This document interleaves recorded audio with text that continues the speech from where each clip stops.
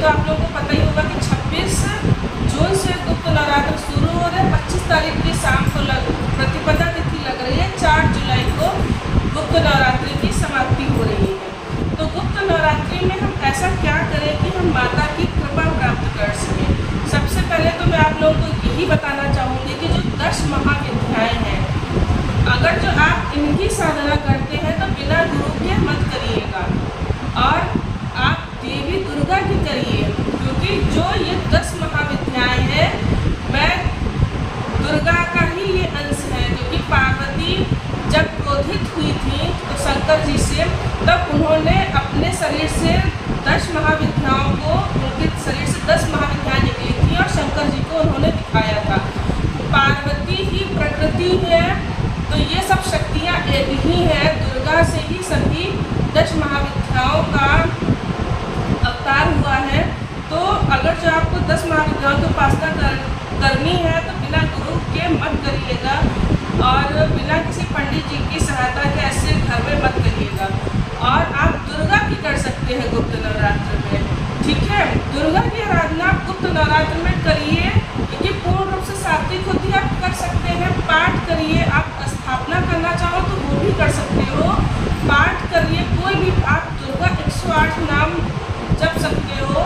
11 बार दुर्गा 108 नाम जप सकते हो। क्या क्या आप कर सकते हैं इस गुप्त नवरात्र में अपनी शक्तियों को पाने के लिए और माता की कृपा पाने के लिए, अपनी मनोकामना पूरी करने के लिए क्या क्या आप कर सकते हैं, वो मैं सब कुछ बताऊंगी इस वीडियो में।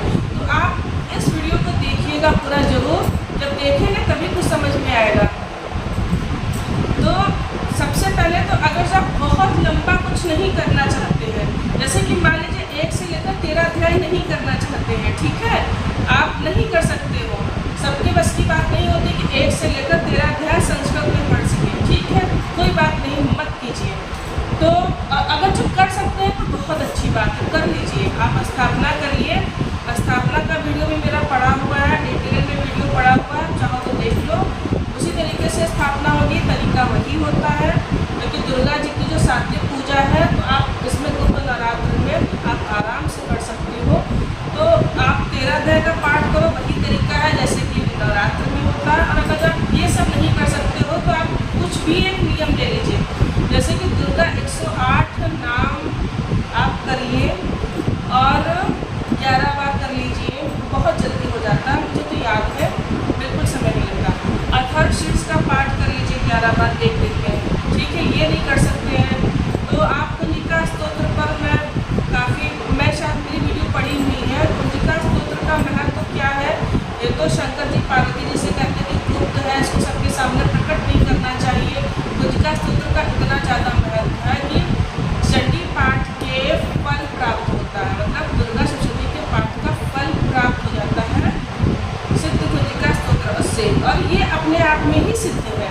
लेकिन इसका भी इस तरीके से पाठ नहीं किया जाता। पहले आप जो है गणेश जी का ध्यान करोगे, जब कुंजिका स्तोत्र का पाठ करोगे तो आप जो है कम से कम 11 करिए, 11 करिए और 10 दिन तक करना है। क्योंकि इसकी जो साधना होती है 9वें दिन सब लोग जो है हवन करवा लेते हैं। 10 दिन तक आप पूरा करिए, 11 बार करिए और भोग अवश्य माता जी के सामने रखिए।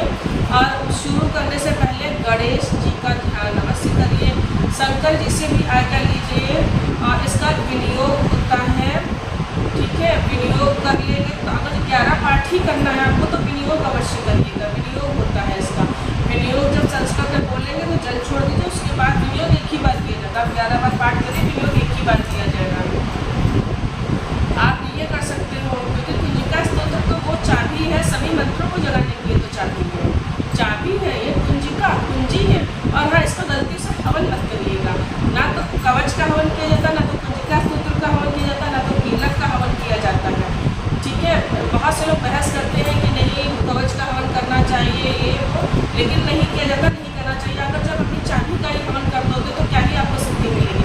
कवच का ही हवन कर दोगे तब तो सब नाश हो जाता है। तो ये सब चीज़ें थोड़े नियम होते हैं, तो उनका पालन हमको करना चाहिए और उनका हवन नहीं किया जाता है। और कवच का पाठ करिए, अर्गला का पाठ करिए, कीलक का पाठ करिए। और एक बहुत सुंदर सा अध्याय है, बहुत ही अच्छा अध्याय है। और आप द्वादश अध्याय का पाठ कर सकते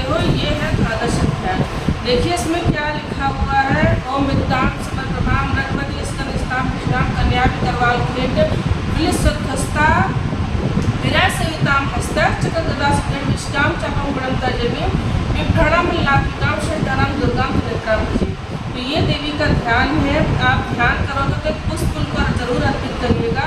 तो इसमें देखिए माता जो है खुद कह रही है कि जो एकाग्र चित्त होकर प्रत्येक इन स्थितियों से मेरा स्तवन करेगा उसकी सारी बाधा मैं निश्चित दूर कर दूंगी।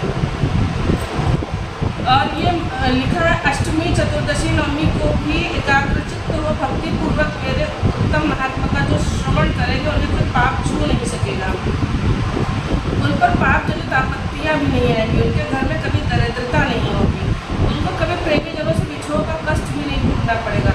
इतना ही इन्हें शत्रु लुटेरे राजा से शस्त्र से अग्नि से जन की राशि से कभी भय नहीं होगा। इसलिए सबको एकाग्र चित्त होकर भक्ति पूर्वक मेरे इस महत्व को सदा पढ़ना और सुनना चाहिए। ये माता को अध्याय बहुत ज़्यादा प्रिय है, बहुत ज़्यादा प्रिय है। तो इसमें लिखा माता कह रही है कि मेरे जिस मंदिर में प्रत्येक विधि पूर्वक मेरे इस महात्मा का पाठ किया जाता है मैं उस स्थान को कभी नहीं छोड़ती हूँ। और आप लोग विश्वास करिए मैं ये अध्याय जो है 12 अध्याय मुझको भी इतना अच्छा लगता है कि मैं वर्षों से इसका पाठ करूँ। कभी कभी ऐसा होता है, यहाँ पे मैं झूठ नहीं बोलूँगी, माता की किताब में हाथ रखती हूँ, मैं हमेशा नहीं कर पाती हूँ, कभी कभी क्योंकि कभी कभी मैंने अथर्व का पाठ कर लिया, 108 नाम माला कर लिया, कुंजिका तो मेरे नियम में है, कभी कभी कुंजिका का भी पाठ नहीं कर पाती, लेकिन मैं ये कोशिश करती 12 अध्याय का पाठ अवश्य करूँगी। लिखा है बलि प्रदान पूजा होम महोत्सव के अवसरों पर चरित्र का पूरा पाठ श्रवण करना चाहिए। ऐसा करने पर मनुष्य विधि को जानकर या बिना जाने भी बलि पूजा होम आदि करेगा, उसे मैं बड़ी प्रसन्नता के साथ ग्रहण करूँगी। इस महात्मा को जो कोई भक्ति पूर्वक सुनेगा मनुष्य मेरे प्रसाद से सब बाधाओं मुक्त तथा धन धान्य पुत्र से संपन्न होगा, इसमें तनिक भी संदेह नहीं है। मेरे इस महात्मा में सुंदर कथाएं तथा युद्धों में किए गए पराक्रम सुनने से मनुष्य निर्भय हो जाता है। इसका श्रवण करने से पुरुषों के शत्रु नष्ट हो जाते हैं। अरे इसमें बहुत कुछ दिया हुआ है। तो इसमें लिखा है कि जैसे पशु पुष्प अर्घ्य धूप तीर्थ गंध आदि से सामग्रियों से पूजन करने से ब्राह्मणों को पूजन कराने से प्रतिदिन अभिषेक करने से नाना प्रकार के अन्य भोगों का अर्पण करने दान देने से 1 वर्ष तक जो मेरी आराधना की जाती उससे मुझे उतनी प्रसन्नता नहीं होती जितनी प्रसन्नता मेरे इस एक बार चरित्र का श्रवण करने से हो जाती है। मतलब आप उनको सुनाइए, श्रवण मतलब सुनना चाहती हैं, तो कहने का मतलब है कि इससे देवी बहुत खुश होती है। इसका आप पाठ चाहो तो कर सकती हो। और इसमें लिखा है कि ये इसका कीर्तन समस्त भूतों से रक्षा करता है और ये बुद्धि प्रदान करती, बनने सुने मार्ग तथा दावलन में गिर जाने पर, निर्जन स्थान में लुटेरे के दाव में पड़ जाने पर, शत्रुओं से पकड़े जाने पर, मतलब ये जो है यहाँ पे रक्षा करती है। सब आपदाओं में अगर जो मनुष्य घिर जाता है तो माता उससे बाहर निकालती है। तो ये जो पाठ है ये देवी को बहुत ही ज़्यादा पसंद है और ये सनातनी देवी समय अनुसार संपूर्ण भूतों की रक्षा करती, मनुष्यों के अभ्युदय समय देवी घर में लक्ष्मी के रूप में स्थित हो उन्नति प्रदान करती हैं। अभाव में इसके समय दरिद्रता बनकर विनाश का कारण भी यही देवी बनती है। पुष्प धूप गंध आदि से पूजन करके उनकी स्तुति करने पर धन पुत्र धार्मिक बुद्धि उत्तम गति भी प्रदान करती हैं। तो ये आप 12 अध्याय का पाठ करें, चतुर्थ अध्याय का पाठ करने से देवी के दर्शन प्राप्त होते हैं। ये अध्याय भी बहुत अच्छा है, चतुर्थ भी बहुत अच्छा है। तो हर अध्याय का अपना एक महत्व है। 12 का बहुत, मुझे पर्सनली 12 अध्याय बहुत पसंद है। चतुर्थ का पाठ मैं बहुत ज़्यादा नहीं कर पाती हूँ। मैं 12 का अध्याय 12 अध्याय का पाठ में जब तक मुझे मौका मिलता है अवश्य करती हूँ। और कुंजिका स्तोत्र में कोशिश करती हूँ कि मैं रोज़ करूँ, मैं रोज़ ही करती हूँ। कभी कभी मेरा स्किप हो जाता है, जैसे कि एकादशी के अगले दिन पारण का बहुत जल्दी समय होता है, जल्दी जल्दी सब करना होता है, उस दिन मेरा कुंजिका छूट जाता है। बाकी जैसे कोई ऐसी ही कोई जल्दी जल्दी में पूजा करनी होती है वैसे मैं रोज़ करती हूँ कुंजिका। अथर्व का जो कोई पाठ करता है उसको 5 अथर्व के पाठ करने का फल प्राप्त होता है। उसका भी बहुत ज़्यादा महत्व है। जो माता से मिलने का रास्ता खुलता है, माता उसको प्राप्त होती है। अगर जो अथर्व का, इसमें अथर्व पर भी मेरी वीडियो पड़ी हुई है, पाठ है वो कैसे करना चाहिए। एक इसमें नक्षत्र दिया हुआ है कि मंगलवार का दिन हो, अश्विनी नक्षत्र हो, तब पाठ करो 108। तो अब जो देवी की आराधना वर्षों से कर रहा वो अगर जो है 108 पाठ कर ले, व्रत रहेगा, तो उसको तो साक्षात दर्शन भी प्राप्त होगा। इसका तो मैं दावा भी कर सकती हूँ।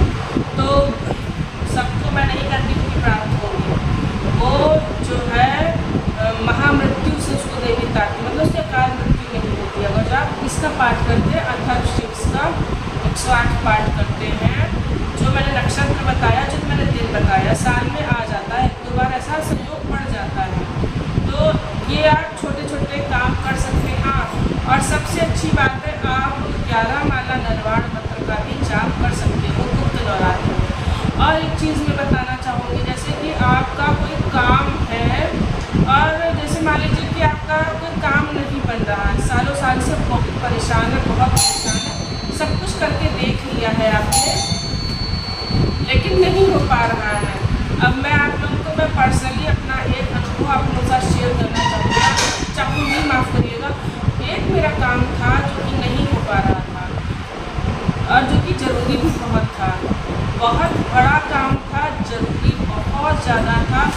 व्रत कर कर देख लिया, पैसा भी था, सब कुछ था, सब कुछ कर कर देख लिया, नहीं हुआ तो नहीं हुआ।